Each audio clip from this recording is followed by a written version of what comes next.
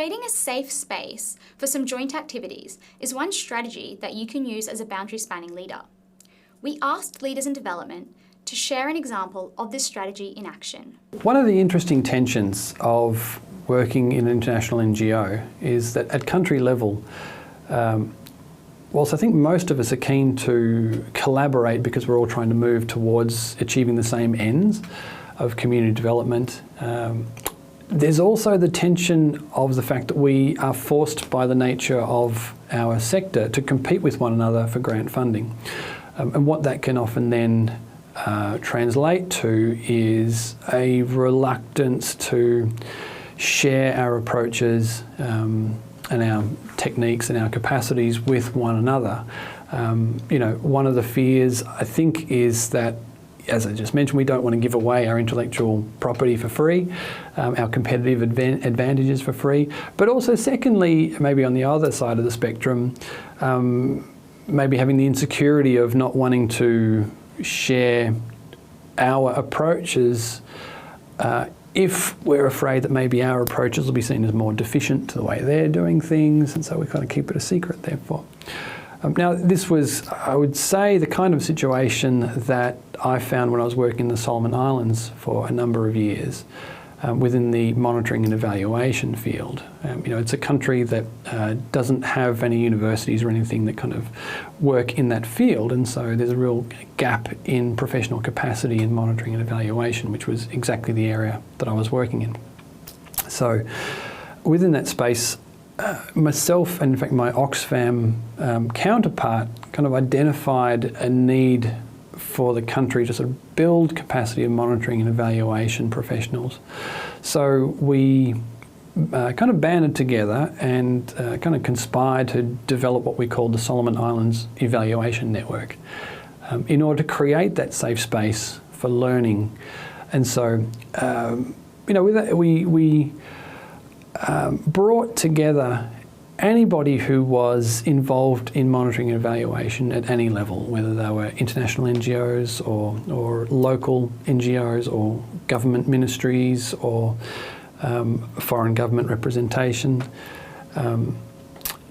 in order to then create that opportunity for learning from one another and to problem solve together.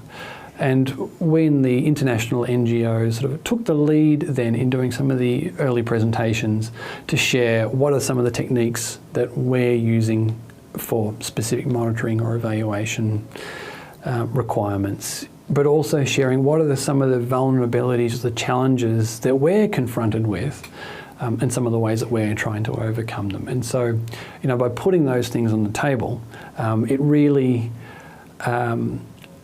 converted that environment from one where we were seeing each other as separate because of our different organisations to seeing ourselves as people with a shared discipline, wrestling with shared problems. And so it built the safe space. It allowed the vulnerability to come out and to trust one another, and that then created the encouragement for other organisations, local NGOs, some of the wider international donor community and so on, to also then contribute some of the lessons that they'd been learning, some of the challenges that they were confronted with, and we could collectively problem solve around each other's issues. In ways that just didn't exist before. And I really still believe that in creating that environment, we were able to lift the self-esteem, but also the level of professionalism for monitoring and evaluation staff across the Solomon Islands. And I hope that has an enduring legacy. The challenge, the key challenge around working across sectors is building trust and alignment. There are preconceptions that civil society organisations have of the role of business and the role of government. There are preconceptions that the private sector has around the role of civil society organisations. And building trust and alignment is mission critical to the effectiveness of multi-stakeholder initiatives. What does that mean in practice? It means those initiatives need to be co-created.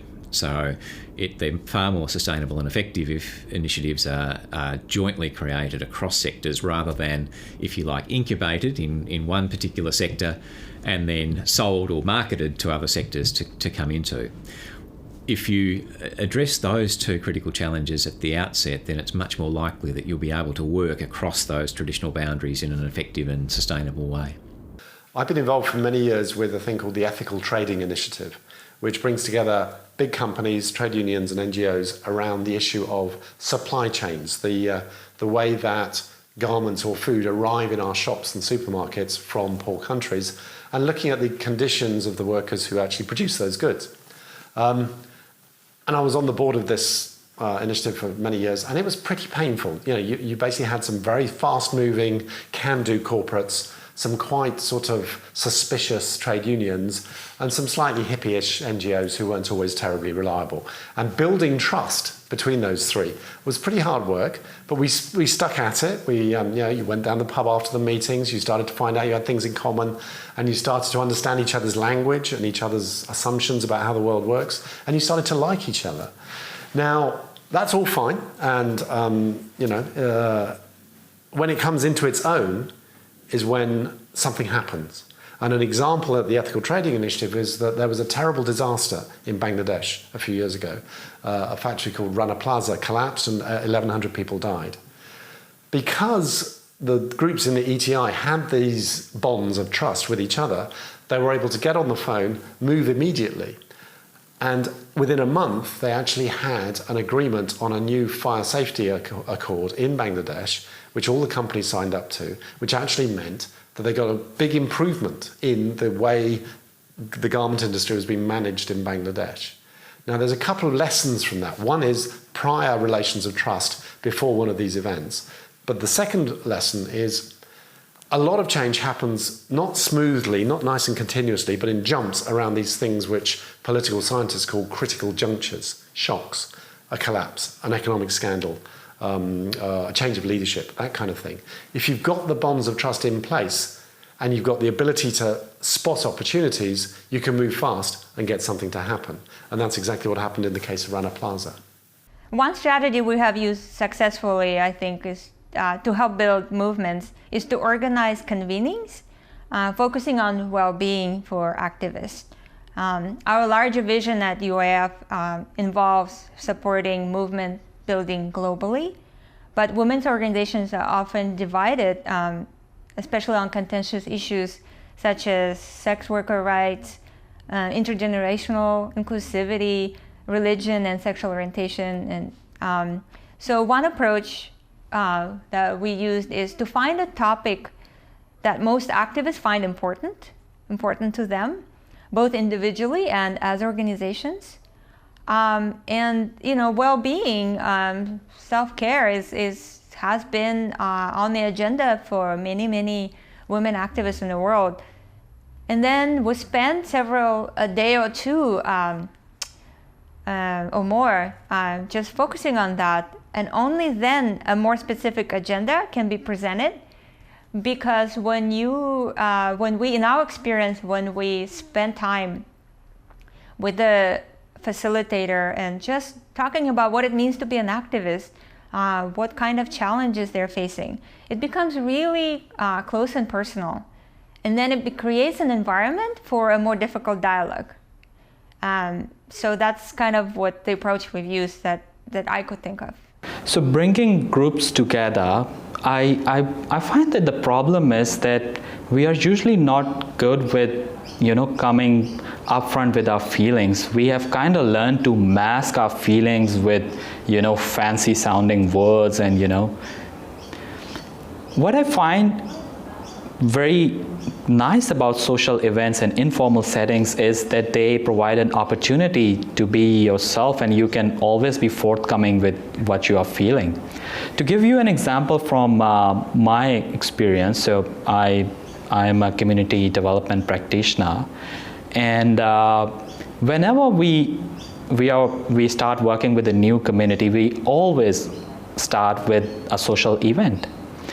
It is a very informal event, and we just give an introduction a very, very brief introduction of our organization and what we are there to do. And the rest of it is all around food and, people chatting to each other and, discussing what they think about what's going on. And a great tip, never underestimate the power of free food. So even here in Australia, I worked with a community development organization in rural Queensland, and I learned that the basic principles are same everywhere. Nothing beats a free barbecue. You can always, cluster so many community members around free barbecue, and then there is chatting and people talking to each other. Really, really builds trust, really makes people comfortable. People are naturally not good at formal settings. We all have to come up with professional sounding words and hide our feelings, but informal settings are really good.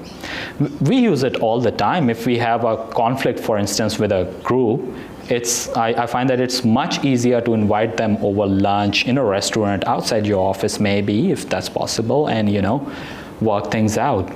So yeah, I find that informal settings, social gatherings are very powerful, and I see all around that they are becoming kind of institutional especially in community engagement and some of the fields where you are working across a big range of stakeholders.